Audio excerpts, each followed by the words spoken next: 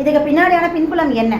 எல்லா நோயும் சொல்லியாச்சு. காய்ச்சல், இரும்பல், சளி எது வந்தாலும் எல்லாத்தையுமே பெரிய நோயாக மாற்றியாச்சு. ஆனால் இன்றைக்கும் இந்தியர்கள்கிட்டையும் குறிப்பாக சவுத் சைடில் இருக்கிற தென்பகுதியில் இருக்கிற மக்களும் பயப்படாத ஒரே நோய், அதிகமாக வந்து அதை பற்றி டென்ஷன் எடுத்துக்காமல் அதை ஒரு சாதாரணமாக கடவுள் நம்பிக்கையாக நினச்சிட்டு அதை கடந்து போகிற ஒரே நோயாக அம்மை நோய் மட்டும்தான் இருக்குது. மற்ற எல்லா நோயும் பார்த்தா சளி, இரும்பெல்லாம் வந்து ஒரு காலத்தில் இயற்கையாக எல்லா தாத்தா பாட்டிங்களும் சொல்லுங்கள், கேளுங்களேன், குழந்தைங்களுக்கு சளி பிடிக்கிறதோ காய்ச்சல் வர்றதோ இயற்கைன்னு சொல்லுவாங்க. குழந்தைங்கன்னா சளி பிடிக்க தான் செய்யும். வயிற்றால போகிறது, வயிற்றுப்போக்கு போகிறது, இதெல்லாம் வேதி ஆகிறது, இதெல்லாம் சாதாரண விஷயம். குழந்தைங்கன்னா அப்படித்தான் இருக்கும் அப்படின்ற சாதாரண மனநிலையில் இருந்தவங்கள இன்றைக்கி சளி, இரும்பல், காய்ச்சல், வயிற்றுப்போக்கு, பேதி இதெல்லாம் பார்த்தாலே ஒரு பெரிய நோய் மாதிரி பயப்படுற அளவுக்கு கொண்டு போயிட்டாங்க. அதெல்லாம் இன்றைக்கி பயமாயாச்சு. ஸோ இன்றைக்கி அதெல்லாம் பயமுறுத்தி இன்றைக்கி தீவிரமான நோயாக மாற்றியாச்சு. அப்போது இன்றைக்கி இருக்கிறது அம்மை நோய் மட்டும்தான். பயப்படாத, எந்த விதமான அச்சமும் இல்லாமல் தைரியமாக நம்ம இருக்கோம் அப்படின்னா அம்மை நோயை பற்றி மட்டும்தான் இன்னும் நம்ம பயப்படாமல் இருக்கோம். நமக்குள்ளே இருக்கிற இன்னும் அந்த கடவுள் நம்பிக்கை அப்படிங்கிற ஒரு விஷயம் வந்து அந்த ஒரு விஷயந்தான் இன்றைக்கும் அம்மை நோய் அப்படிங்கிற அந்த ஒன்றை பார்த்து நம்ம இன்னும் பயப்படாமல் இருக்கோம். அதையுமே பிரேக் பண்ணுறதுக்காக ஏதோ ஒன்று கடவுள் மேலே இருக்கிற ஒரு தீராத நம்பிக்கையில் தானே அந்த அம்மை நோய்க்கு நம்ம எந்த விதமான மருத்துவமும் எடுத்துக்காமல் வீட்டில் இருந்து இயற்கை வாழ்வியலை பின்பற்றி இயற்கை உணவுகளை எடுத்துக்கிட்டு ஆரோக்கியமாக இருக்கும். இன்னமும் நம்ம இருந்துக்கிட்டு இருக்கோம் இல்லையா? ஸோ இதை உடைக்கிறதுக்கு அம்மை நோயை பற்றின பொய்யான பிரச்சாரங்களை சொல்லி அதை பற்றின அச்சுறுத்தல்கள் என்னென்னலாம் கொடுத்துருக்காங்க. கொரோனாவுக்கு கொடுத்த அதே எல்லா விஷயங்களையும் கொடுத்துருக்காங்க. அம்மை நோய் வந்தால் உடனே இன்ஃபார்ம் பண்ணணுமா, 104க்கு கால் பண்ணி அம்மை நோய் வந்தால் மருத்துவர்கள் உடனே அவங்க வீட்டில் போய் இது பண்ணணுமா, அவங்கள தனிமைப்படுத்தணுமா, 21 நாட்கள் வந்து அம்மை நோய் பாதிக்கப்பட்டவங்க தனிமைப்படுத்தப்படணுமா, அவங்க குடும்பத்தில் இருக்கிறவங்கள வந்து செக் பண்ணணுமா. இதெல்லாம் என்ன ஒரு பைத்தியக்காரத்தனம். அதை ட்ரீட் பண்ணுற டாக்டர்ஸ் வந்து கவசம் போட்டுக்கணும். அம்மை நோய்க்கா? அம்மை நோய் தொத்து நோய்னு யார் சொன்னது?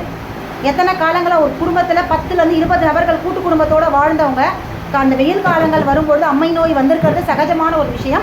அந்த காலங்களில் வர அம்மை நோயில் எல்லாருமே வீட்டில் போட்டுருக்கா. அம்மை நோய் வந்து பாதிக்கப்பட்டாலும் எந்த விதமான அதை வந்து பெருசாகவே எடுத்துக்க மாட்டாங்க. ஏதோ அம்மன் வீட்டுக்கு வந்திருக்காங்கன்ற பாசிட்டிவ் ஆட்டிடியூடோட வாழ்ந்துட்டு இருந்தவங்க நம்ம தமிழர்கள். அதை பிரேக் பண்ணுறதுக்காக ஆங்கில மருத்துவங்கள் செய்கிற ஒரு அட்டூழியம் தான் இந்த அம்மை நோய் பிரச்சாரம். அதுக்கு அம்மை நோயின்னு இல்லாமல் அதுக்கு முன்னாடி குரங்குன்ற வார்த்தையை பயன்படுத்துகிறதும், வைரஸை எடுத்துகிட்டு வந்து, ஏன்னா இன்றைக்கி வைரஸ் தானே கொரோனாவை பரப்பிச்சு. கொரோனா நோய்க்கான பெரிய ஒரு ஹீரோவாகவும் ஆங்கில மருத்துவர்களுக்கு ஹீரோவாகவும் மனிதர்களுக்கு வில்லனாகவும் இருக்கிறது வைரஸ் தானே. ஸோ இன்றைக்கி அம்மை நோய்க்கும் வைரஸ் பேரை வச்சே இவங்க ஓட்டலான்னு பார்க்குறாங்க. இன்றைக்கி அதுக்கு ஒரு தடுப்பூசியை கண்டுபிடிச்சி இன்னும் கொஞ்சம் மிச்ச சக்தி இருக்கிற எதிர்ப்பு சக்தியையும் உடம்புலேருந்து அழிச்சிட்டு இன்னும் கொஞ்சம் பேர் தான் இருக்கிறாங்க ஆரோக்கியமான செக்ஷுவல் ஆர்கன்ஸோட, அவங்களையும் நிர்மூலமாக்கி இந்தியாவையும் தமிழகத்தையும் குறிப்பாக தென்பகுதியில் இருக்கிற மாநிலங்களையும் இந்தியாவையும் மொத்தமாக மலடாக்கணுன்ற கங்கணம் கட்டிக்கிட்டு சுற்றிக்கிட்டு இருக்க ஆங்கில மருத்துவம்.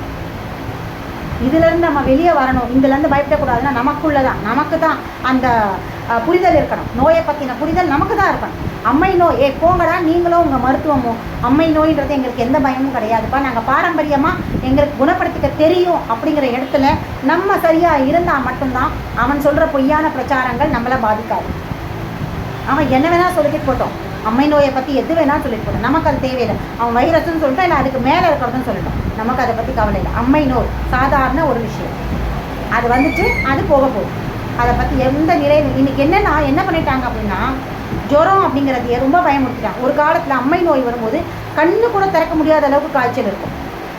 அப்படி ஒரு காய்ச்சல், அப்படி ஒரு சளி, உடம்பு முழுக்க காது கண், பேச முடியாது உறுப்புகள், அதாவது இனப்பெருக்க உறுப்புகள், அது இனப்பெருக்கம் இல்லை, அதாவது பாலின உறுப்புகளில் கூட போட்டிருக்கோம் அம்மா கொப்பளங்கள் இருக்கும். ஆனாலும் எதுக்குமே பயந்துருக்கிறது. எவ்வளோ காய்ச்சலாக இருந்தாலும் அதை அவங்கள போய் முதல்ல பார்க்க கூட மாட்டாங்க. நம்ம வீட்டு பெரியவங்க முழு ஓய்வு அவங்களுக்கு கொடுத்துட்டு அவங்க வேலையை மட்டும் பார்த்துட்டு இருந்த ஒரு மிக மிக மிக மிக தெளிவான சிந்தனையில் இருந்தவங்கள தான் இன்னைக்கு காய்ச்சல் அப்படின்னாலே ஒரு பெரிய கேன்சர் அளவுக்கு பயமுறுத்தி வச்சுருக்காங்க. ஒரு காய்ச்சலுக்கே இந்த அளவுக்கு பயமுறுத்திருக்காங்க, சளி பிடிச்சா அந்த அளவுக்கு பயமுறுத்திருக்காங்க. இப்போ இந்த சளி காய்ச்சல் இது ரெண்டுமே அம்மை நோயில் கண்டிப்பாக அந்த பீரியடில் வரும். தும்பல் வரும், மூக்க தண்ணி ஒழுகும். இது சாதாரணமான ஒரு வந்துட்டு மறைஞ்சிடும். இது ரெண்டுத்தை வச்சு தான் இன்றைக்கி பணம் ஓட்டிக்கிட்டு இருக்கானுங்க இங்கிலீஷ் டாக்டர்ஸ்.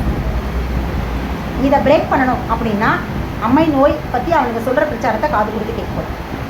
மருத்துவ சுகாதாரம், உலக சுகாதார நிறுவனமாக இருக்கட்டும், இல்லை நம்மளுடைய மாநில அளவில் இருக்கிற சுகாதார இதுவாக இருக்கட்டும், நிறுவனமாக இருக்கட்டும், என்ன சொன்னாலும் அதை நம்ம காதிலே வாங்கணும். அவங்க சொல்கிற எல்லா இன்ஸ்ட்ரக்ஷனும் மீடியாலே இருந்துட்டு போட்டால் அது மீடியாலே வந்துட்டு மீடியாக்கே போயிடும். நம்மளை பொறுத்த வரைக்கும் அம்மை நோய் நமக்கு என்ன சொல்கிறது, ஏதோ அம்மன் நம்ம வீட்டுக்கு வந்திருக்கிறத அந்த மாதிரியான ஒரு சிந்தனையிலே அந்த நோயை கலந்துருக்கு.